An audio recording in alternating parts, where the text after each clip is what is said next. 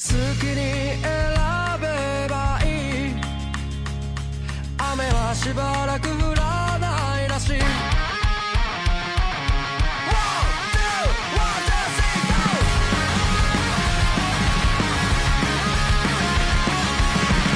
日明日もきっとずっと言われ続けてきたよ。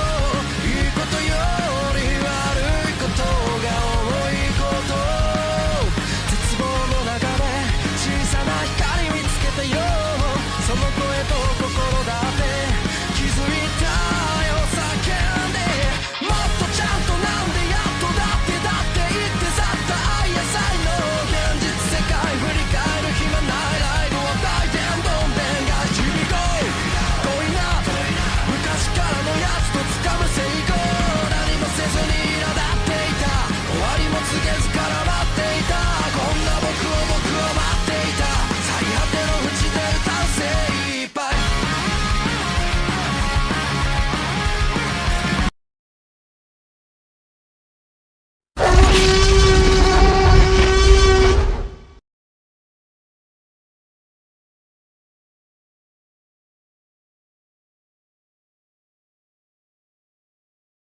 La nevada caía con la paciencia de siglos sobre el desierto blanco de Alaska. A lo lejos, en medio de una zona restringida, oculta de los mapas públicos, un complejo de acero y cristal se erguía como un oasis tecnológico en la nada. Era una de las instalaciones secretas de InGen, dirigida bajo la discreción y el liderazgo de Simon Masrani. La sala de control estaba iluminada por pantallas gigantes, mapas satelitales y monitores que parpadeaban con imágenes de radares. Los técnicos trabajaban en silencio, mientras el rugido sordo del generador bajo el piso acompañaba el compás de los teclados. En el centro de la sala, Masrani, con su porte elegante y la serenidad característica de un hombre que había aprendido a navegar entre tiburones financieros y sueños imposibles, se mantenía de pie mirando un holograma rotatorio del planeta. De pronto, una línea entrante apareció en el sistema. Señor, tiene una llamada encriptada en el canal prioritario, anunció un operador. Masrani arqueó una ceja, curioso. ¿Quién se atrevería a usar ese canal?, preguntó con tono ligero, aunque sabía que había muy pocos que poseían la llave. El rostro de John Hammond apareció en la pantalla central. Aunque los años lo habían alcanzado, su mirada aún conservaba aquel brillo de obstinación y esperanza que lo había definido desde el principio. John, qué sorpresa tan inesperada. Pensé que ya estabas disfrutando de una jubilación tranquila, rodeado de nietos, sin necesidad de mirar más satélites, exclamó Masrani, con una sonrisa sincera. Hammond, con su bastón apoyado en la rodilla, asintió lentamente. Mis nietos están a salvo, Simón. Ellos viven en paz, y agradezco cada día por ello, pero hay otros que no tuvieron esa suerte. Masrani frunció el ceño, comprendiendo que Hammond no lo llamaba para simples nostalgias. ¿De qué hablas exactamente? De los jóvenes desaparecidos hace 8 o 9 años. Respondió Hammond con voz grave. Al principio todos pensaron que se trataba de accidentes, huidas, pero yo sé que no. Biosyn está detrás de esto. Llevan tiempo jugando con algo más que simples dinosaurios clonados. Y ahora, después de tantos años, las piezas encajan. Masrani respiró hondo, se acomodó la bufanda alrededor del cuello y caminó hacia el ventanal que daba a la tormenta. Entiendo tu preocupación, John. Pero seamos realistas. Encontrar esa isla sería como buscar una aguja en un pajar. Si realmente esos muchachos están en algún lugar, dudo que Biosyn haya dejado rastros fáciles de seguir. Hammond golpeó suavemente con el bastón el suelo, un gesto que mezclaba frustración con determinación. Lo sé mejor que nadie. Esa compañía siempre estuvo un paso delante, mientras yo me quedaba limitado por el sistema, la vigilancia, héroes y villanos. Pero no he dejado de buscar. Ni un solo día. Las palabras pesaron en el aire. Masrani, aunque pragmático, no pudo ignorar la obstinación del anciano. Aún así, incluso si supiéramos en qué región del océano buscar, Biosyn tendría satélites cubriendo cada rincón de sus dominios. Sus sistemas están blindados. No hay fuerza legal ni militar que nos permita irrumpir sin consecuencias globales. Hammond se inclinó hacia adelante en la pantalla, y por un instante la chispa de aquel viejo soñador brilló más fuerte. Es por eso que cuento con alguien, un contacto que no le teme a las imposibilidades. Él hará lo necesario para desbloquear ese acceso, Simón. Necesito tu cooperación, tus recursos, tus instalaciones. Y sobre todo, tu fe en que aún podemos corregir este desastre. Masrani permaneció en silencio, girando lentamente un vaso vacío entre sus dedos. Sus ojos siguieron la tormenta al otro lado del cristal, como si en esas ráfagas de nieve pudiera ver el eco de la isla que Amon describía. Finalmente, sonrió con esa calma diplomática que lo caracterizaba. John, contigo uno nunca sabe si está ante un delirio imposible, o ante la antesala de una revolución. Amon rió suavemente, aunque en su mirada había más cansancio que júbilo. Llámalo como quieras, Simón. Yo lo llamo, una segunda oportunidad. Las luces del panel parpadearon mientras la comunicación seguía estable. Y en medio de aquella sala de control, con los mapas satelitales rotando, se sellaba un acuerdo que, de cumplirse, podría cambiar no solo el destino de esos jóvenes, sino el de la humanidad misma. La comunicación con Amon se había cortado hacía unos minutos, pero la tensión seguía flotando en la sala de control de las instalaciones en Alaska. Las pantallas mostraban los océanos infinitos, cuadrículas satelitales y las interminables rutas de exploración que apenas podían cubrir una fracción del mundo.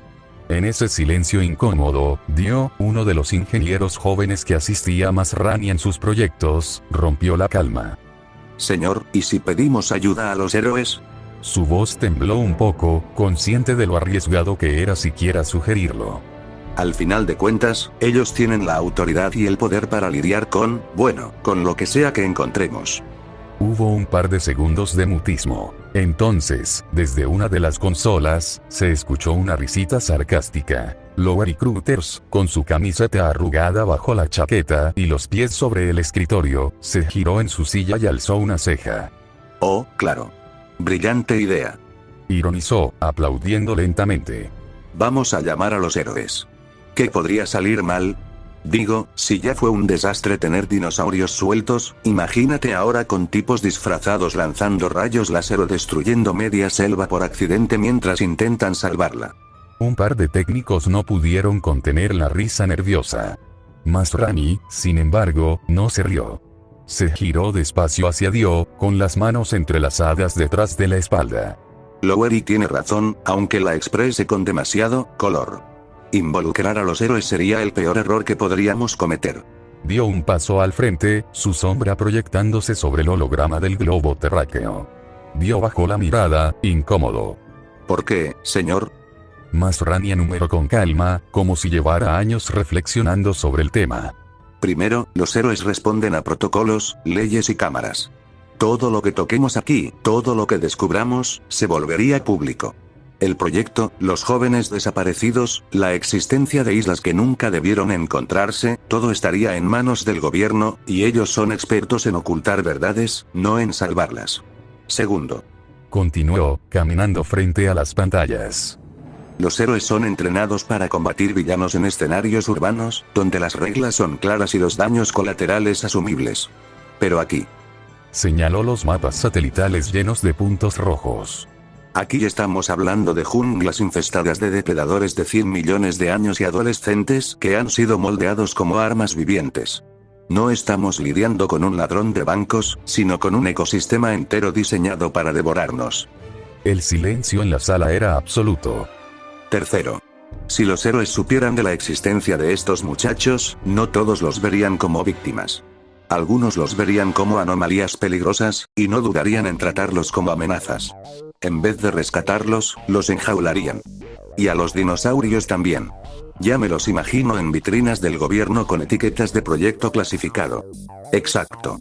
Es por eso que lo haremos solos. Biosyn empezó esto, y nosotros lo terminaremos. Nadie más debe interferir. Dio tragó saliva y, aunque todavía inseguro, comprendió la magnitud de la decisión. Masrani miró al ventanal cubierto de nieve, y su reflejo se fundió con la tormenta. Este es nuestro peso, nuestra responsabilidad.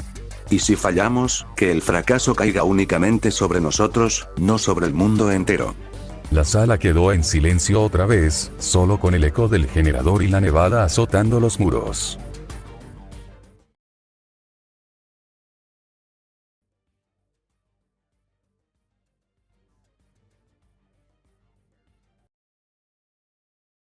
El sol de mediodía bañaba los campos abiertos de la isla nublar. El aire estaba cargado del olor fresco de la hierba húmeda, agitada por una brisa constante que soplaba desde la costa. Allí, en medio de una pradera amplia delimitada por colinas bajas y bosques espesos, se encontraba Adrien Drake Moreau.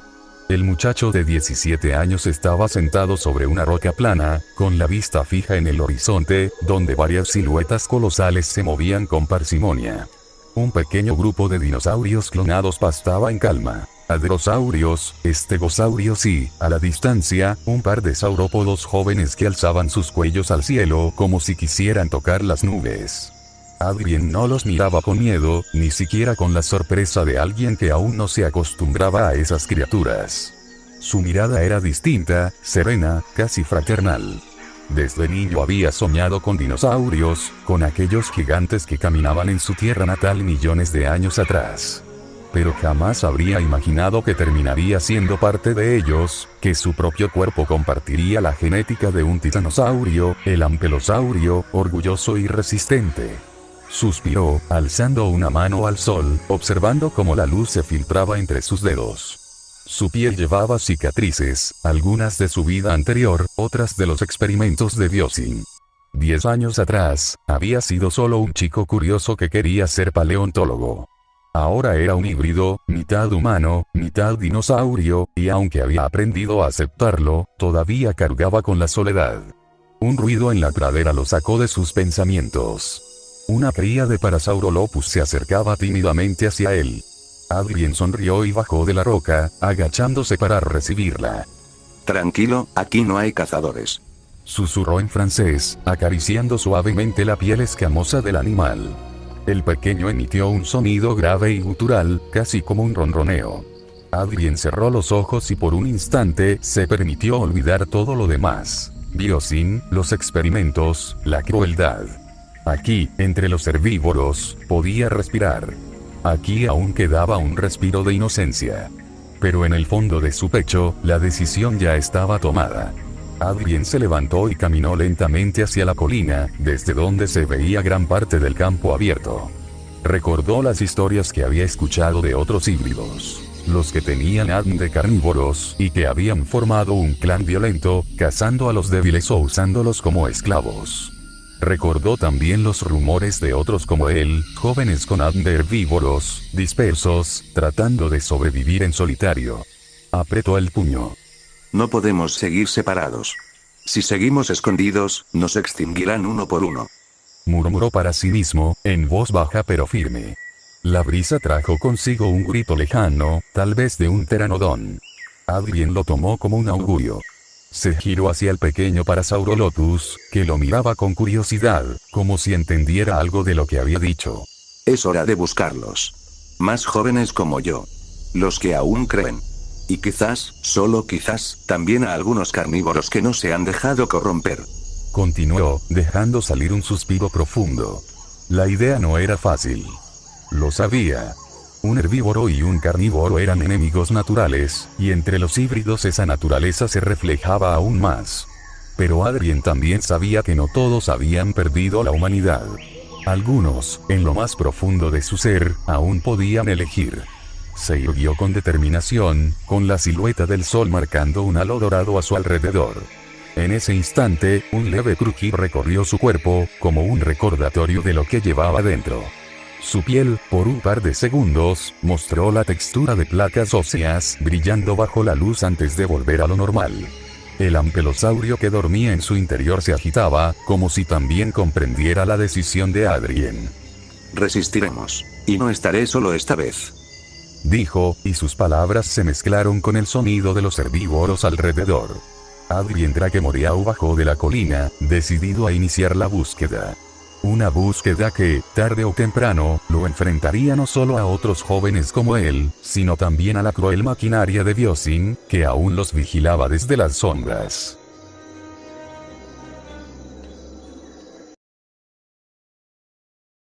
¿Y qué significa eso del clan? Es simple. Cuando las instalaciones de Biosyn en la isla nublar cayeron y la seguridad colapsó, los 114 jóvenes híbridos quedaron dispersos sin control alguno en medio de un entorno salvaje repleto de dinosaurios clonados. El caos dio lugar a que una buena parte de los portadores de ADN de dinosaurios carnívoros, cuya naturaleza estaba marcada por personalidades orgullosas, agresivas y competitivas, se agruparan poco a poco en lo que pronto se transformó en un clan.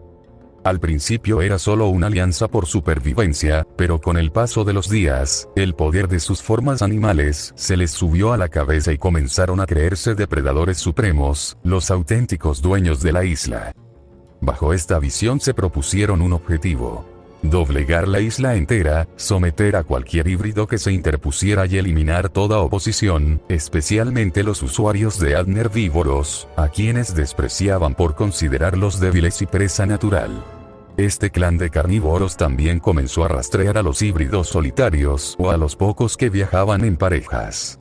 Su política era clara: o se unían a ellos reconociendo su supremacía o serían cazados sin piedad, tomados como trofeos para reforzar la ley del más fuerte. El clan de carnívoros se convirtió en la primera gran facción organizada entre los híbridos, expandiendo su dominio a través del miedo, la cacería y la fuerza, mientras los demás jóvenes, fueran herbívoros o carnívoros menos violentos, intentaban sobrevivir en un territorio que cada día se inclinaba más hacia la tiranía de los depredadores. Y para ello, identificaron a todos los híbridos carnívoros dispersos que no estaban bajo su control.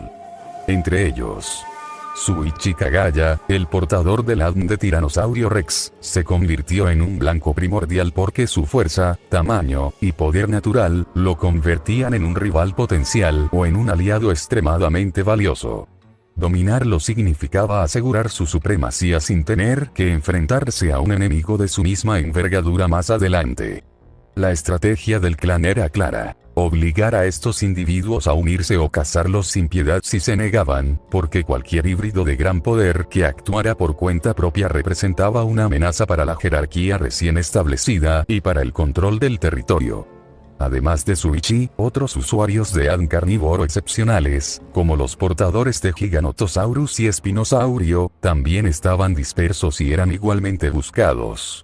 Su combinación de tamaño, fuerza y habilidades de depredador los hacía objetivos estratégicos. Al unirse voluntariamente, reforzarían al clan y consolidarían su dominio sobre la isla. Si se negaban, serían eliminados para demostrar que no habría tolerancia hacia la independencia. La presión sobre ellos no era solo física sino psicológica. Los cazadores del clan utilizaban su agresividad, astucia y conocimiento del terreno para acechar, provocar y aislar a cada objetivo, generando miedo y obligando a la sumisión o la confrontación. Así, la isla se transformó en un espacio donde la fuerza, el miedo y la capacidad de imponerse determinaban quién sobrevivía, y cada híbrido carnívoro poderoso debía decidir rápidamente si aceptar formar parte del clan o arriesgarse a morir cazado, marcando el inicio de una guerra interna entre depredadores por el control total del territorio. Pero ¿por qué Adrien tiene ADN de un saurópodo? Además era el único. No es así, pero hay una razón de por qué hay pocos usuarios del ADN de saurópodos. Y la razón es simple. Los usuarios con ADN de saurópodo casi no existen, porque desde el inicio Biosyn descubrió que eran los más inviables de todos sus experimentos. La biología de estas criaturas colosales estaba adaptada a soportar cuerpos de decenas de toneladas, sistemas circulatorios extremadamente potentes y cuellos de más de 10 metros, algo imposible de replicar en humanos sin consecuencias fatales. Los intentos de fusión genética terminaban en fallos fisiológicos graves. Corazones incapaces de mantener la presión sanguínea, huesos que no soportaban el peso, hemorragias internas o colapsos metabólicos que acababan con la vida de los sujetos.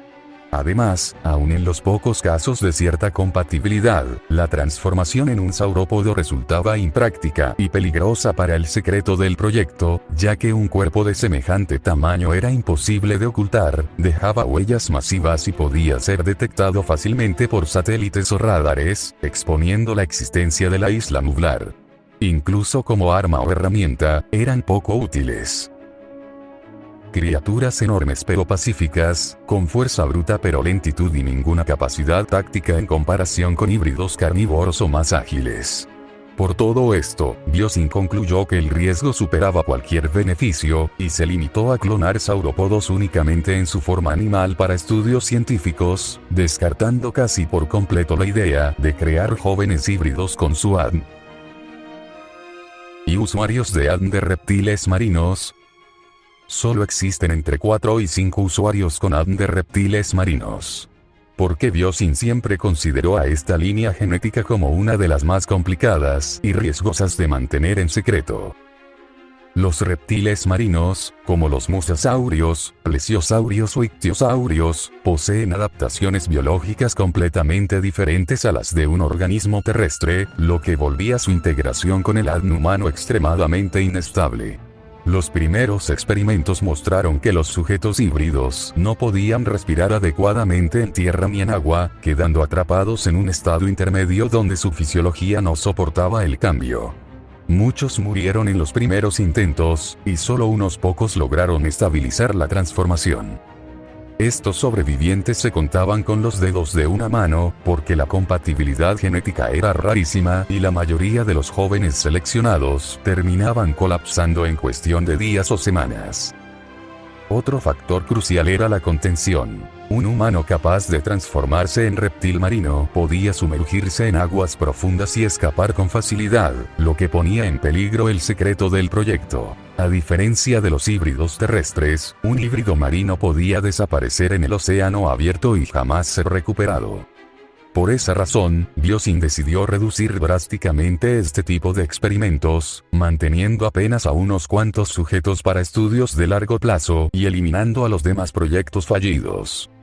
Incluso en el plano táctico, resultaban poco prácticos. Su verdadero potencial solo se desplegaba en entornos acuáticos, lo que los hacía inútiles para operaciones en tierra firme y, por ende, menos atractivos como armas biológicas. En conclusión, la combinación de alta mortalidad, riesgo de fuga imposible de controlar y utilidad limitada fuera del mar provocó que solo entre 4 y 5 usuarios con ADN de reptiles marinos existan, convirtiéndolos en los más escasos y vigilados de todo el proyecto Nular. Y los reptiles voladores. A diferencia de los dinosaurios terrestres, los pterosaurios representaban un problema demasiado grande para los planes de Biosyn. No solo por su biología única, sino por los riesgos de contención y seguridad que implicaban. Desde el inicio de los experimentos, los científicos concluyeron que hibridar humanos con ADN de pterosaurios sería una decisión suicida para la logística de la isla. Un híbrido con alas funcionales podía escapar fácilmente del perímetro, sobrevolar el océano y poner en riesgo la discreción de todo el proyecto. A diferencia de los terópodos o saurópodos, cuya movilidad podía limitarse a recintos y terrenos controlados, los pterosaurios ofrecían a los sujetos libertad aérea casi absoluta. Además, el ADN pterosaurio planteaba enormes incompatibilidades fisiológicas con el cuerpo humano. Estas criaturas no eran dinosaurios, sino reptiles voladores con huesos huecos, sacos aéreos ultraligeros y metabolismos diseñados para el vuelo. Intentar fusionar esas características con una estructura humana provocaba fallas catastróficas, colapso óseo, insuficiencia respiratoria o deformidades mortales. Incluso en los pocos intentos iniciales, ninguno de los candidatos sobrevivió más de días o semanas tras la modificación. Biosyn también tenía en cuenta la historia pasada de fugas en sus instalaciones con clones de pterosaurios. Cada vez que uno se escapaba, se complicaba la operación. Había que lidiar con incidentes en áreas costeras o incluso en barcos que pasaban cerca. Si un híbrido humano pterosaurio lograba volar y llegar a tierra firme, no solo pondría en evidencia el proyecto, sino que representaría un riesgo internacional imposible de contener.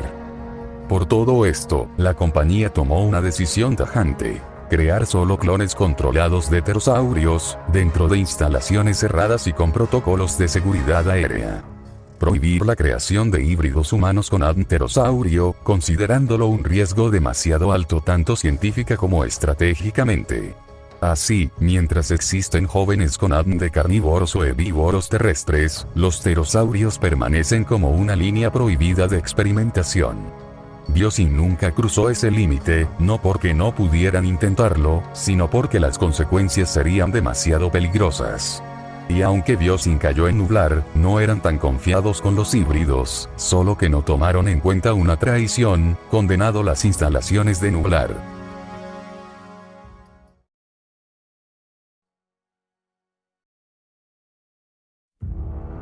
En una zona rocosa, donde una cascada, de agua fría y helada, caía en montón sobre las rocas negras y frías del sitio.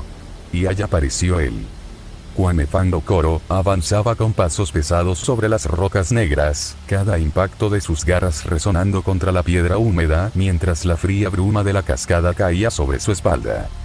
La corriente rugía a un lado, deslizándose con fuerza desde la altura, salpicando gotas heladas que rebotaban contra su piel y el lomo escamoso de su forma de dinosaurio. Su mirada se mantenía fija en el horizonte, vigilante, mientras el viento le traía los olores del territorio, la humedad del agua, la vegetación de la selva cercana y la presencia distante de otras presencias carnívoras que no estaban bajo su control. Entre las grietas de las rocas y los árboles dispersos, caminaban a su lado dos de sus miembros más confiables.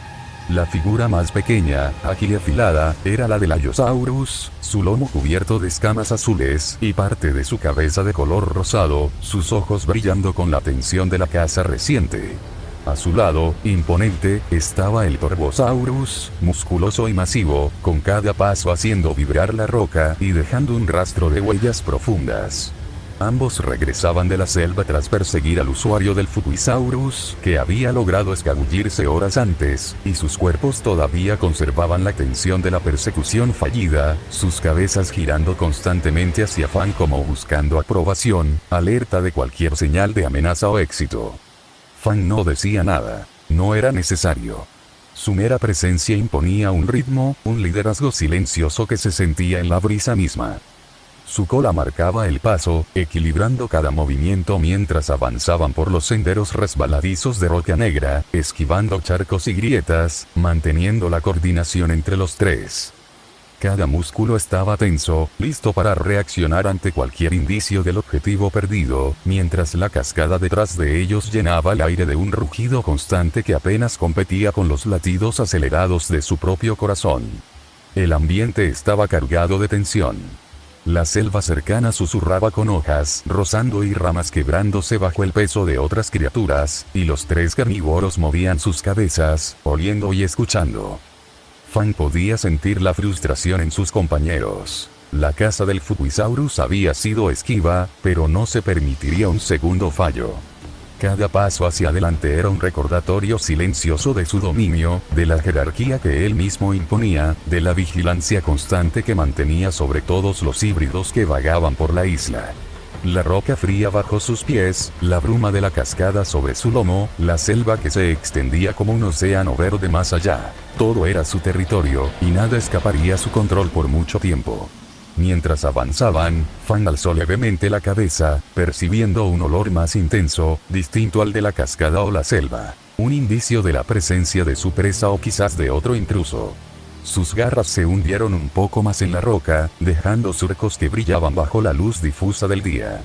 La tensión era palpable, el silencio del momento entrecortado por el rugido lejano de algún dinosaurio carnívoro, recordándole a Fan que la isla estaba viva y que cada movimiento debía ser medido. Caminó adelante, firme y seguro, un líder territorial en su forma más pura, mientras los dos miembros que lo acompañaban seguían sus pasos, preparados para atacar o defender según su instinto y la voluntad de Fan. Por en el día que decidió crear este clan. Era para asegurar que la naturaleza sea respetada como debe ser. La ley del más fuerte debe seguir existiendo y no reemplazado por el bien y mal de la sociedad y sus héroes. Aquí decidió hacer que la ley de la selva siga existiendo. Su decisión.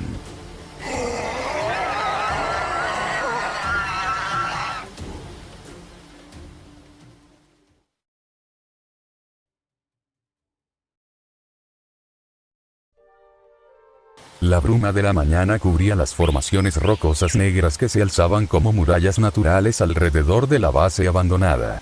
El lugar, construido décadas atrás como un puesto de los mercenarios de Biosyn, estaba incrustado en la ladera de la roca como si fuera una cicatriz de metal y concreto. Un puente colgante, reforzado con vigas fuertes y cables tensados pero firmes, conectaba la base principal con otra instalación menor, suspendida sobre un barranco profundo que descendía hacia un río embravecido. El sonido del agua golpeando contra las piedras se mezclaba con los ecos lejanos de rugidos de dinosaurios, recordando que incluso en este refugio, la isla nunca dejaba de respirar peligro. Allí vivía Katerina Kira Melnik, ahora con 14 años. Pequeña de estatura, delgada pero resistente, había sobrevivido en este sitio como si se tratara de una madriguera personal. Su cabello castaño corto, y su ropa, compuesta de retazos de uniformes de los mercenarios y telas viejas, estaba adaptada con parches metálicos que ella misma cosía para reforzar. Su refugio no era solo la base, sino también las máquinas desactivadas que la rodeaban. Generadores apagados, una torre de vigilancia, un taller improvisado con piezas recogidas de otras instalaciones abandonadas. Kira, con su talento natural para la ingeniería, había logrado devolverles algo de vida. Dentro de la sala principal, las paredes estaban cubiertas de mapas improvisados hechos con papeles arrancados de carpetas viejas. Usaba carboncillo y restos de tinta para trazar rutas, anotar migraciones de dinosaurios clonados y marcar las zonas de mayor peligro, donde los usuarios de Aln Carnívoro habían formado clanes. Sin saber que era solo uno. Lo hacía con precisión obsesiva, como si cartografiar la isla fuera su manera de tomar control sobre el caos. ¿Y él cómo lo sabe? Muy fácil, gracias a los binoculares que le sirvieron para ver algunas zonas, viendo cómo los usuarios de los carnívoros perseguían a otros más débiles o los de los herbívoros. Dándose cuenta de lo que ha estado pasando afuera. La confusión de la caída de Biosyn todavía estaba fresca en su memoria. Había huido entre gritos, entre el estruendo de explosiones y el rugido de bestias híbridas que se desataban en pánico. Recordaba cómo había corrido junto a un grupo de usuarios herbívoros, muchachos y chicas que como ella cargaban con mutaciones de hadrosáuridos, estegosáuridos y anquilosáuridos. Pero la estampida de clones, el fuego cruzado de mercenarios, la furia de la tormenta, y la brutal emboscada de usuarios carnívoros, que vieron la oportunidad de tomar el control los separó. Kira se lanzó hacia la vegetación, golpeando con sus brazos endurecidos contra ramas y espinas, hasta que alcanzó el puente. Fue la primera y la última en cruzarlo, y cuando lo hizo, cortó una de las cuerdas secundarias para evitar que la siguieran. Desde entonces, esa base había sido su único mundo. El ADN de Edmontonia corría en su interior, y aunque no lo usaba con frecuencia, estaba siempre presente. Su piel humana tenía zonas más resistentes, como callos naturales, y en su forma de dinosaurio podía cubrirse de placas óseas que le daban una defensa casi impenetrable contra mordidas o garras. No era la más fuerte ni la más rápida, pero sí una fortaleza andante, capaz de resistir donde otros caían. Esa condición le dio confianza para sobrevivir sola, aunque por dentro cargaba con un miedo constante. Sabía que la agresividad de los clanes carnívoros no tardaría en alcanzar esta zona. Había hecho de la sala de control su hogar. Allí había colocado las cajas de suministros médicos que había encontrado, un baúl de herramientas y piezas electrónicas, y hasta una pequeña litera improvisada con colchonetas militares. El puente lo revisaba cada semana, reforzándolo con cables que encontraba en los hangares. Había adaptado el sistema de energía. Gracias a su ingenio, logró que algunos paneles solares alimentaran las luces débiles por las noches, pequeñas bombillas amarillas que parpadeaban como luciérnagas artificiales en la oscuridad. Cada día, Kira repetía una rutina. Exploraba la zona rocosa buscando restos útiles, se internaba con cautela en la vegetación para recoger agua y plantas comestibles, y regresaba antes del atardecer. Cuando el sol caía, nunca permanecía fuera. Los rugidos en la selva se multiplicaban, y ella sabía que la noche no pertenecía a los humanos. A veces se paraba en el puente, mirando el abismo. El río rugía abajo como un monstruo invisible, y el viento golpeaba su cara con olor a humedad y musgo. Allí recordaba su concurso escolar, la promesa de un viaje, las sonrisas falsas de los hombres de traje que se la llevaron. Pensaba en sus padres, que jamás supieron lo que ocurrió. Pensaba en sus compañeros de aquel viaje educativo, muchos de los cuales ya no debía estar vivos. En esos momentos su corazón se endurecía, igual que las placas de su alter ego Edmontonia. Ya no era una niña de concursos, era una superviviente en una isla sin reglas. Sin embargo, Kira no había perdido su sensibilidad. En la soledad de sus noches, encendía una vieja radio que había reparado con piezas recogidas. No había señal, solo estática, pero para ella era suficiente. Ese zumbido la hacía sentir acompañada, como si en algún lugar del mundo aún hubiera voces esperándola. En la última semana, algo había cambiado. Desde su torre de vigilancia improvisada, había visto columnas de humo en la distancia, más allá de la selva. Sabía lo que significaba. Los usuarios carnívoros estaban moviéndose, expandiendo su territorio, y pronto alcanzarían las zonas rocosas. Kira repasaba una y otra vez sus mapas, pensando en las rutas de escape. Pero sabía que sola no lo lograría. Por primera vez en mucho tiempo, empezó a aceptar una verdad. Necesitaba encontrar a otros jóvenes como ella. La base de los mercenarios, con su puente colgante y su muralla de piedra, había sido su fortaleza personal. Pero incluso las fortalezas más duras caen cuando los enemigos son demasiados. Y esa noche, mientras el viento soplaba con un silbido extraño a través de los cables del puente, Kira Melnick, la chica que había ganado un concurso escolar y terminó como una híbrida de Edmontonia, se prometió a sí misma que no iba a esperar a que la casa llegara a su puerta.